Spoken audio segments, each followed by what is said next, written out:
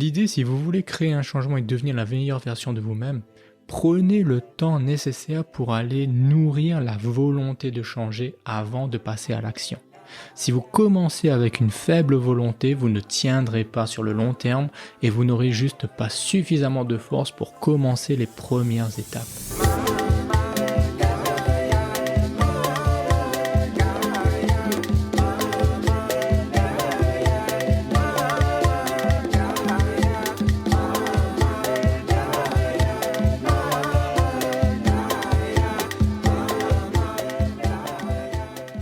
Que serait une vie guidée par l'harmonie? Que serait une vie libérée des masques qui nous empêchent d'être nous-mêmes? Bonjour à tous, je suis Gaël Salési et bienvenue sur le podcast Harmoniser sa vie. J'ai entamé depuis quelques années une quête de l'harmonie et à travers ce podcast, je souhaite partager avec vous les différentes idées qui m'aident au quotidien à ramener plus d'harmonie dans ma vie. Nous allons donc ensemble découvrir le monde du développement personnel harmonisé à la spiritualité. Je vous donnerai chaque fois des clés, des outils nécessaires pour se développer personnellement, mais à chaque fois avec une sagesse spirituelle. Le sujet du jour, comment devenir une meilleure version de soi-même. Je souhaitais aborder ce sujet parce que c'est vraiment quelque chose que je trouve qui est à la mode de plus en plus dans le développement personnel. On entend vraiment cette notion de devenir une meilleure version de soi-même, incarner son véritable soi. Ce sont vraiment des termes qui reviennent de plus en plus et je souhaitais aujourd'hui vous partager ma vision de ce sujet. On va voir un petit peu, à travers ce podcast, la notion de changement. Qu'est-ce qui permet d'apporter un changement? Et justement, quels sont les plans, quels sont les outils que nous avons à notre disposition pour justement créer ce changement qui va nous permettre de devenir la meilleure version de nous-mêmes. Donc voyons la notion de changement. Une des choses que j'ai pris conscience depuis que j'exerce en tant que coach, c'est que pour de nombreuses personnes, le changement vient d'un événement assez marquant dans la vie.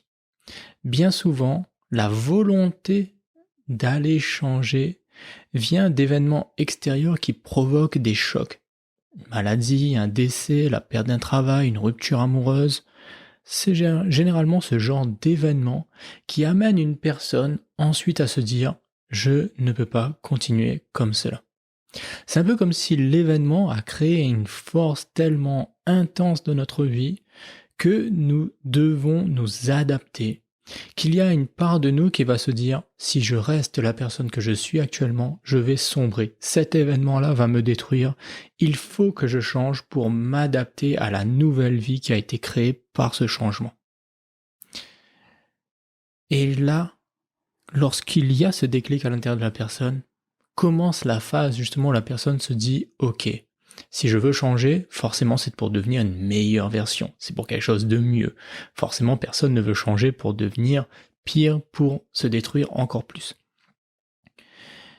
Mais la question que je me posais généralement, c'est est-ce qu'on est à chaque fois obligé de passer par un choc pour créer le changement? N'est-il pas possible de vouloir changer juste un matin en se levant, se dire je veux devenir une meilleure version de moi-même? Point, c'est tout. J'ai pas besoin d'attendre qu'il y ait un décès dans ma famille ou quelque chose comme ça. C'était la grande question que je me suis posée constamment. Et puis, à force de méditer dessus, je me suis dit, mais en réalité, pourquoi une personne souhaiterait changer si elle n'a pas un choc dans sa vie? Généralement, le choc permet de conscientiser ce qui était encore inconscient en nous. C'est-à-dire que, généralement, lorsque l'on veut devenir une meilleure version de soi-même, lorsqu'on n'est pas encore cette meilleure version de soi-même, eh bien, on n'en est pas conscient. On pense que là, à l'heure actuelle, tout va bien.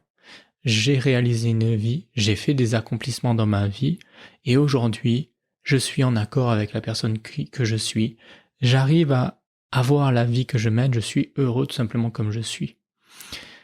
Mais généralement, il y a peut-être des parts inconscientes de nous. Il y a des parts sur lesquelles on peut encore travailler, Il y a comme à l'intérieur de nous encore ce que j'appelle des petits démons qui agissent. Il y a encore des côtés un peu obscurs à l'intérieur de nous qui sont en sommeil, mais qui, s'ils se réveillent, vont créer des désastres.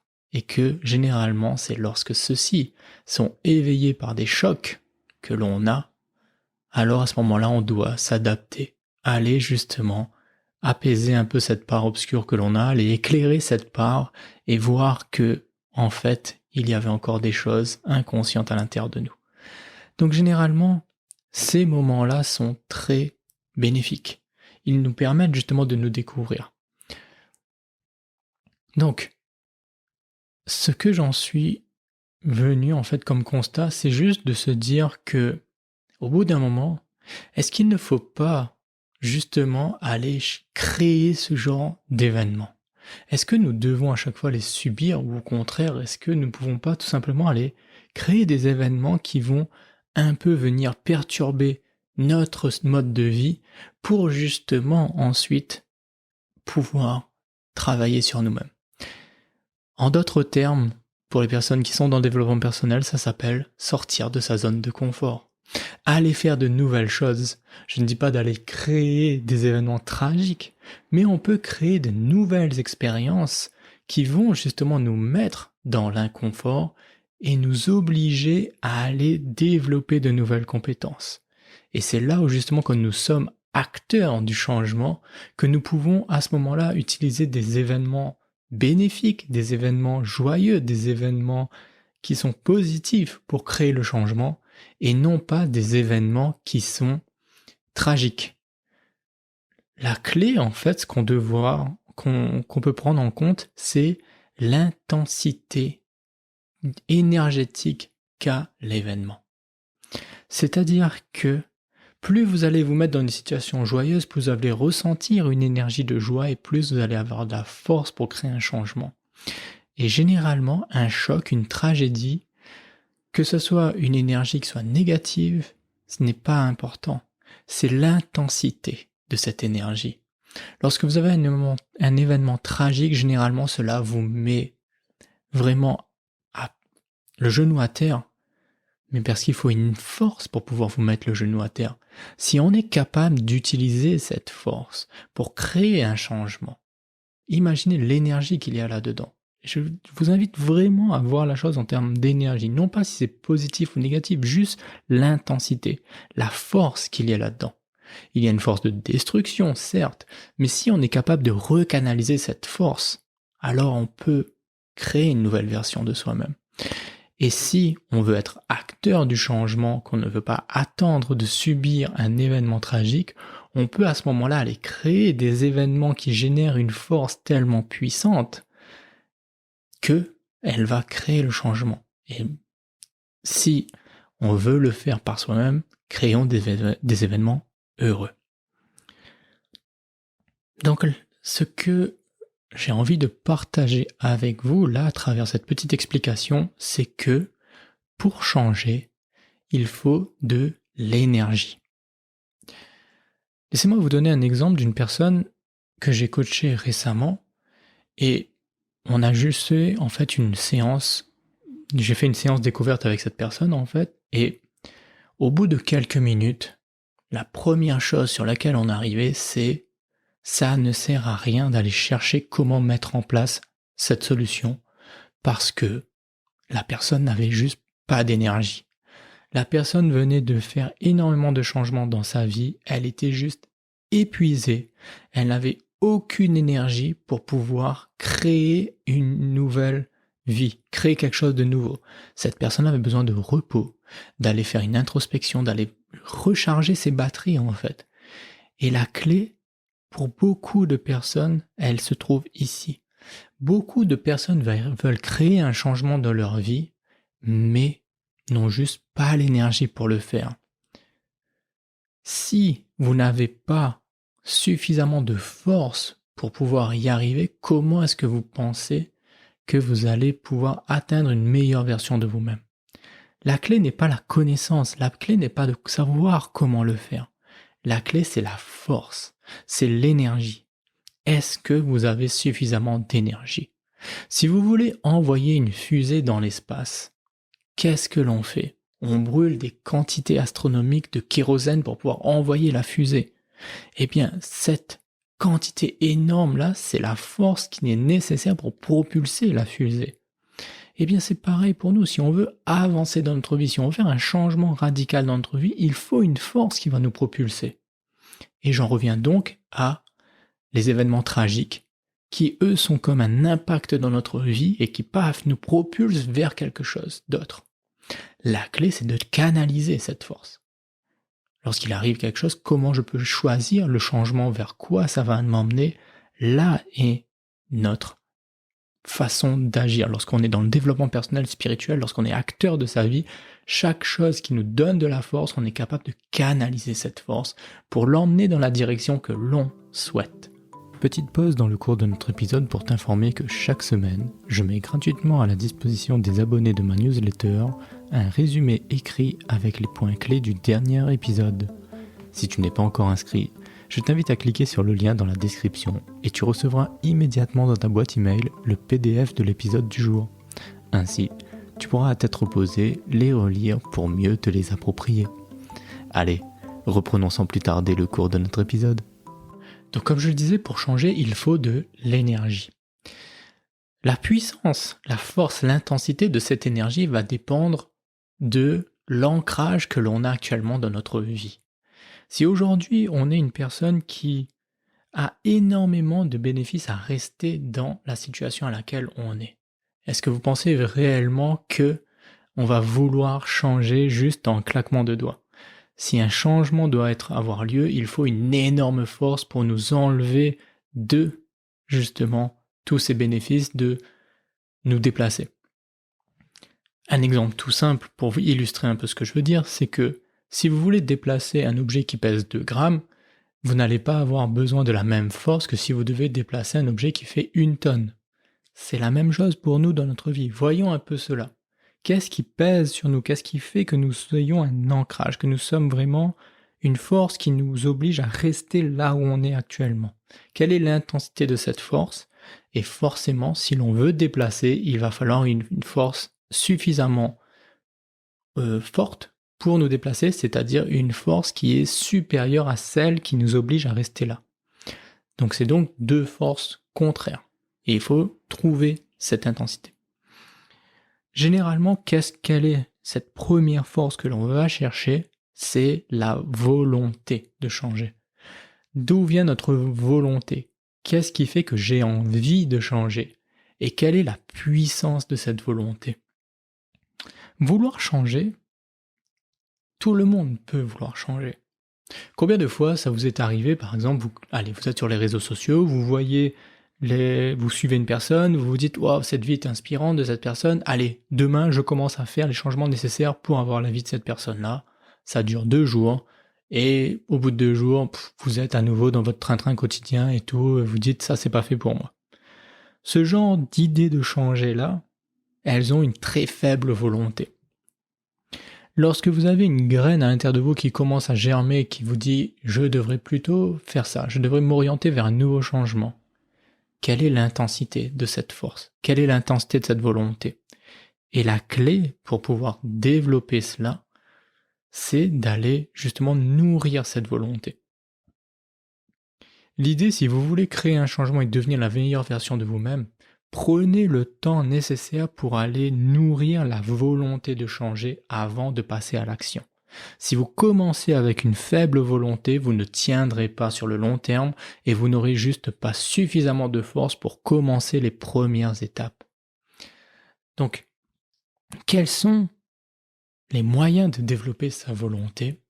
Eh bien, j'en reviens un peu à cette idée d'énergie où je vous disais que pour pouvoir déplacer un objet, en quelque sorte, on va soit le pousser ou soit le tirer. Eh bien, ça va être un peu ça qu'on va jouer là-dessus aussi. On va travailler sur 2 forces que j'appelle la force de répulsion et la force d'attraction. Donc la première, la force de la répulsion, c'est-à-dire que quand on est répulsé par quelque chose, c'est qu'on est dégoûté par cette chose. C'est quelque chose qui nous répugne. je vous invite juste à imaginer, vous avez de la nourriture et on vous donne quelque chose mais qui est répugnant, qui vous dégoûte, que vous aimez pas. Quel est votre premier réflexe? C'est d'éloigner cette chose de vous. Eh bien, vous voyez ce réflexe que l'on a d'enlever ce qui nous répugne, de nous éloigner de ce qui nous répugne, qui nous dégoûte, on peut utiliser cette force pour créer un changement dans sa vie. Parce que on peut prendre un moment et se dire aujourd'hui, qu'est-ce qui me dégoûte dans la personne que je suis actuellement? Qu'est-ce qui me dégoûte dans ce que je fais au quotidien? La vie que je mène actuellement là, est-ce que je l'aime ou est-ce qu'au contraire elle me dégoûte? Beaucoup de personnes qui souhaitent par exemple changer de métier, bien souvent la première des choses, la première force qui vient les pousser à se dire je veux changer de métier, c'est cette force de répulsion. Il s'est passé un événement dans votre travail qui a créé justement de la distance, des tensions avec vos collègues ou votre manager. Généralement, vous êtes dégoûté par cela, vous quittez. Soit vous vous rendez compte que votre métier n'est pas du tout en accord avec vos valeurs, avec vos principes de vie et que ça vous dégoûte, vous, d'agir totalement à l'encontre de vos valeurs, alors vous dites je vais quitter ce travail. Vous avez l'impression d'être pris pour un moins que rien, aucune valorisation, vous êtes vraiment sous-utilisé dans votre travail, toutes vos compétences ne sont pas mises en valeur, cela vous dégoûte d'être vraiment pris pour un moins que rien. Vous voulez quitter. La force de répulsion est vraiment très grande si on est capable d'aller la chercher, si on fait l'introspection nécessaire pour se dire cette chose-là, je n'en veux plus, j'en ai marre, je ne veux plus cette vie-là, je ne veux plus ça. Et si on commence, vous voyez, comme simple fait que moi je parle comme ça, je sens une espèce de colère monter en moi. On sent qu'il y a une force à l'intérieur qui vient du bas du ventre là et qui va s'alimenter de plus en plus, comme un feu qui commence à s'animer à l'intérieur de nous. Et cette force-là, cette puissance-là, si on veut la chercher, on la canalise pour la prendre et la mettre dans le changement que l'on souhaite être, une meilleure version de soi-même, une meilleure vie, alors à ce moment-là, on ressent vraiment cette envie. La clé, elle est de nourrir cette force. Quand on l'a trouvée, chaque jour on peut se répéter « je ne veux plus ça, je ne veux plus ça, j'en ai marre de ça, j'en ai marre de ça, j'en ai marre de ça ». Et vraiment sentir de plus en plus grossir à l'intérieur de nous cette force-là, cette répulsion, cette force de répulsion qui va nous envoyer, comme vous voyez la fusée là, quand on voit qu'elle va décoller, on voit les flammes qui commencent de plus en plus à s'allumer en dessous, ben c'est un peu la même chose, on voit que ça commence à bouillir à l'intérieur de nous. Et bien de plus en plus on peut alimenter ça. Aller mettre de l'huile sur le feu, comme on dit, en y pensant, juste en se disant « mais ce n'est pas ça que je voulais, je ne veux pas ça ». Et lorsque l'on a développé cette force de répulsion, à ce moment-là, pour canaliser justement vers où on va diriger notre déplacement, c'est d'utiliser la force de l'attraction. À nouveau, lorsque vous avez, par exemple, vous voyez quelque chose qui vous plaît, vous voyez quelque chose de beau, vous avez, je reprends mon exemple de la nourriture, vous avez un plat devant vous qui est votre plat préféré que vous adorez. Quelle est la première chose que l'on a envie de faire? C'est de prendre ce plat, de l'amener dans notre bouche, d'aller sentir son odeur. On va le rapprocher de nous. Eh bien, c'est la même chose pour le changement que l'on va créer. Lorsque l'on a quelque chose qui nous attire, qui nous donne envie, qu'est-ce qu'on a envie de faire? Généralement, on veut l'attirer à nous. On veut que cette chose vienne vers nous. Je vous laisse donc imaginer deux forces comme ça qui agissent ensemble. La force de répulsion qui permet de propulser quelque chose vers un autre endroit, et si on met un aimant à ce moment-là quelque part, pour que lorsque cette chose se déplace, l'aimant l'attire. À ce moment-là, il y a une direction qui se crée, il y a un sens qui est mis en place, et là, on se dirige vers, justement, la version de soi-même, la meilleure version de soi-même. La clé, c'est d'être attiré par cette meilleure version de soi-même.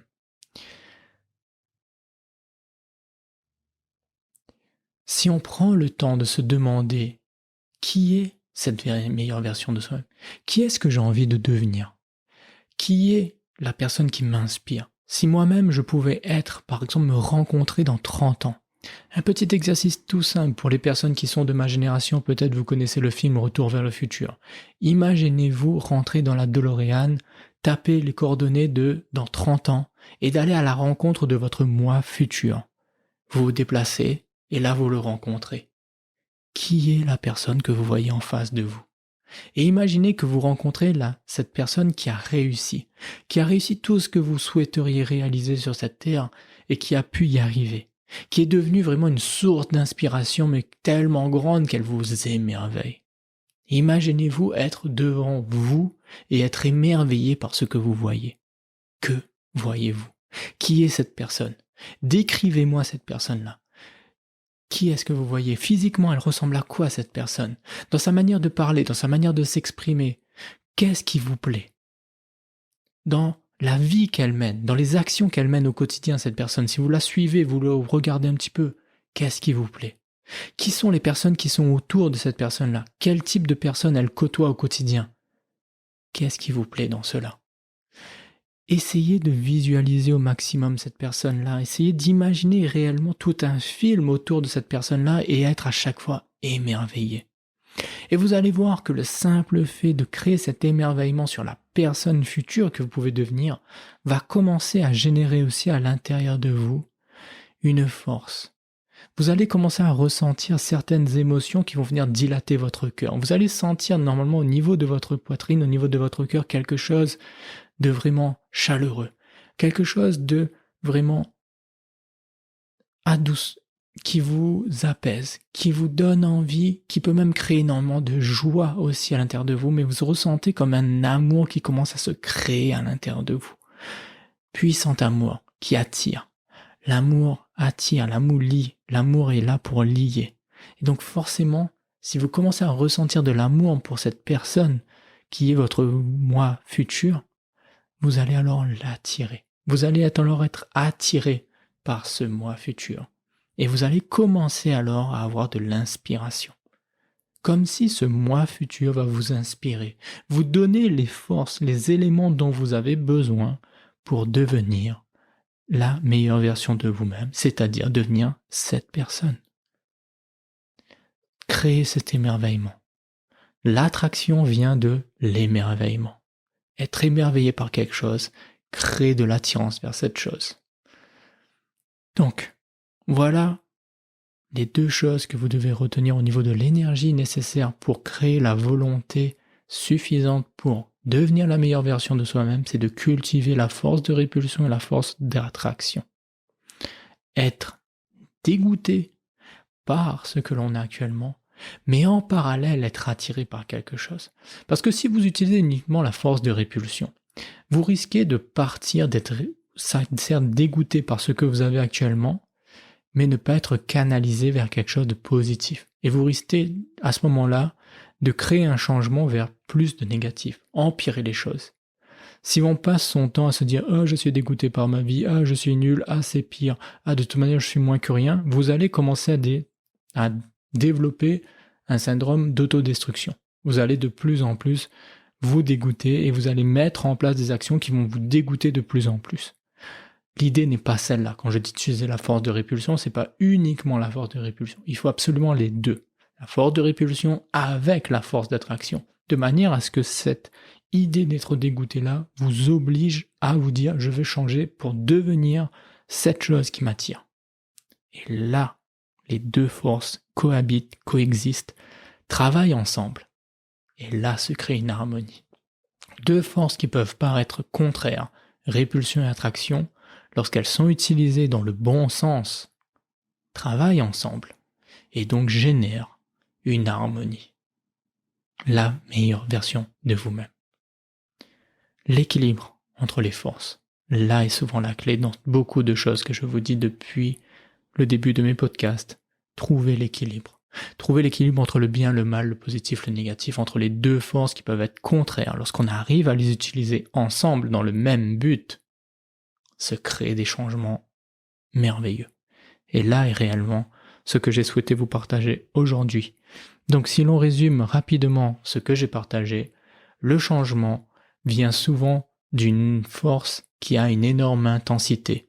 cette force d'une énorme intensité peut venir de l'extérieur par des changements, des chocs, comme des maladies, des décès, des pertes de travail, ruptures amoureuses. C'est surtout l'intensité de ce que l'on vit qui crée un changement. L'idée, c'est d'alors de se dire je peux le créer moi-même. Je ne suis pas obligé d'attendre qu'un événement tragique se passe dans ma vie et de le subir pour développer un changement. Je peux moi créer des événements heureux qui génèrent une intensité tellement grande que ça va me motiver pour devenir une meilleure version de moi-même.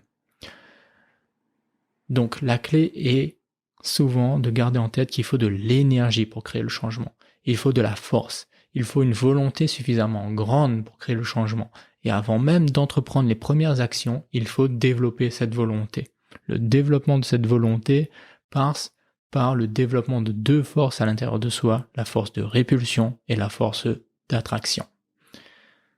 Donc voilà ce qui va clôturer le podcast du jour. Comme à mon habitude, s'il y a une chose qui vous a plu dans ce que j'ai partagé, une chose qui vous a inspiré, je vous invite à juste vous concentrer sur cette chose précise. Le reste, effacez-le. Soyez des personnes qui trient les informations. Ayez conscience qu'une seule information qui génère chez vous une émotion positive a beaucoup plus d'impact que des milliards d'informations qui ne génèrent rien du tout chez vous. Triez l'information, méditez sur celle qui vous a plu, et voyez peu à peu, si vous laissez cette petite graine germer à l'intérieur de vous, qu'est-ce qu'elle peut produire. Quels sont les changements que vous pouvez mettre en place à partir de cette information que vous avez eue. Dès aujourd'hui, quelle action vous souhaitez mettre en place par rapport à cette information que vous avez eue. Soyez des acteurs. Ne cultivez pas simplement la connaissance juste pour la cultiver. Vous avez eu une idée que j'ai partagée, qui vous a plu, qui a généré une émotion à l'intérieur de vous, vous sentez cette force-là qui se développe. Passez à l'action. Quelle action vous pouvez mettre dès aujourd'hui? Utilisez la force tant qu'elle est là pour agir. Parce que ayez conscience que cette force risque au bout d'un moment de disparaître si elle n'est pas utilisée. Donc, voilà ce qui clôture ce podcast. Je vous souhaite à tous une merveilleuse journée. Je vous donne rendez-vous dès jeudi pour incarner ces valeurs. D'ici là, je vous souhaite une merveilleuse journée, de très beaux moments et surtout, n'allez jamais à l'encontre de ce que vous dit votre cœur. Bye bye. Les mêmes gros moments, la cadeau, la vie, de l'eau pour nous boire, Bardou.